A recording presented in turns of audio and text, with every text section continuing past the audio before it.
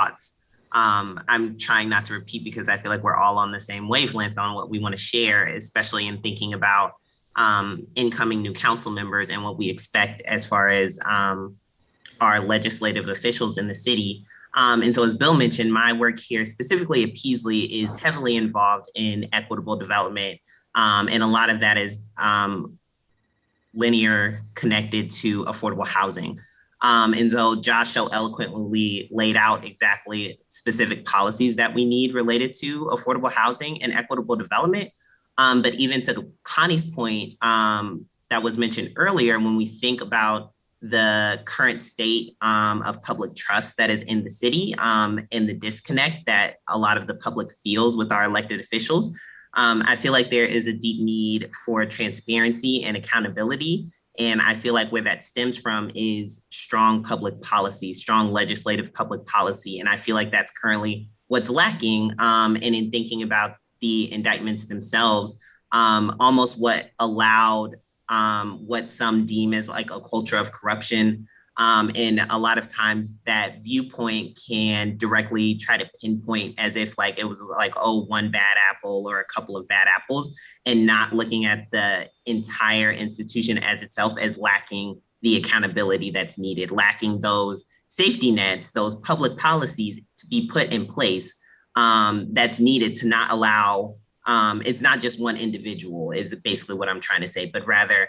it's a lack of guardrails put in place to keep our public, keep all of our things aligned, and to allow that accountability and that public trust to be between legislators and the general public. And I feel like a lot of that, to Josh's point, stems from almost a disconnect between the community and our elected officials at times. There's often, as Bill mentioned, I'm a community organizer, so I'm in the community a lot, like in a lot of different neighborhoods.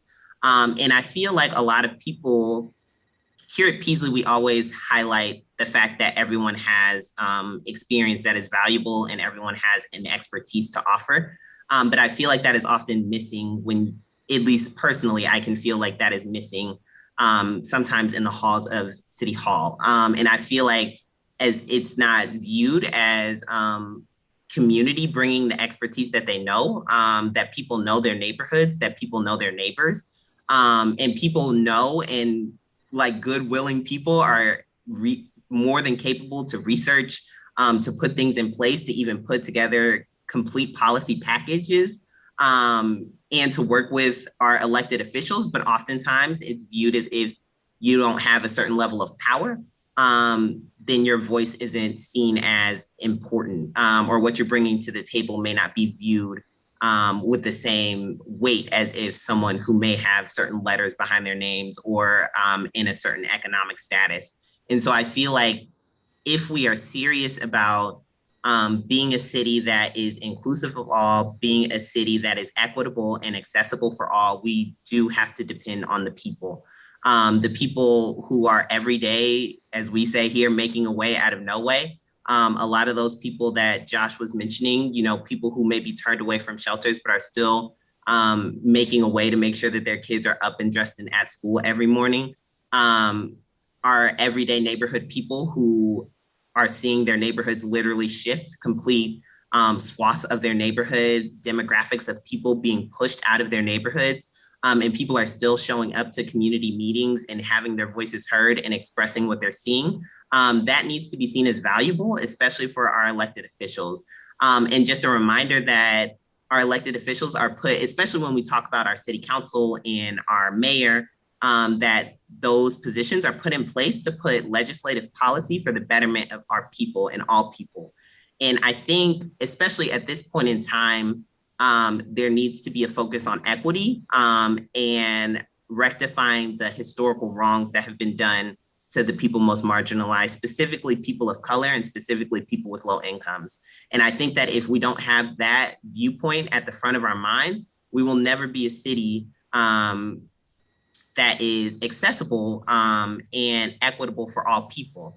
When you look at census data and census tracts and see how Cincinnati's Black population has been constantly declining, we really have to ask. But then we look at all of the development permits and all of the incentives that are going out to build out our city. We really have to ask, who are we building our city for? Especially with Cincinnati being a city that has historically and continues to have a very strong Black community and a Black presence. And yet a lot of our Black neighbors are being pushed out of the city into inner ring suburbs because they can no longer afford here, or they're losing their community that they've depended on. And so I feel like we have to have equity at the forefront of all of our decisions. And I think with equity at the forefront, that public trust will be restored, and public trust will be gained from communities and from sectors of the population who have never had trust in our elected officials or never had trust in our public institutions. And so if we are intentional about making equity focused decisions, equity across race, equity across class, I think we will begin, and ensuring that we're putting in place strong, tangible public policies. I think that will really advance our cities in these sectors of housing, in these sectors of education, economic mobility, justice. All of those will be moved forward if we have equity at the front of our decision makings. And we have to be willing to take strong stances in our public legislative decisions. We can't always just go for what feels passable. We have to be willing to push the envelope. And when we push the envelope, that's when things will follow along. And that's when we will really see the gains that we talk about, and we'll build the city out to the way that we want to see it. I could go on and on, but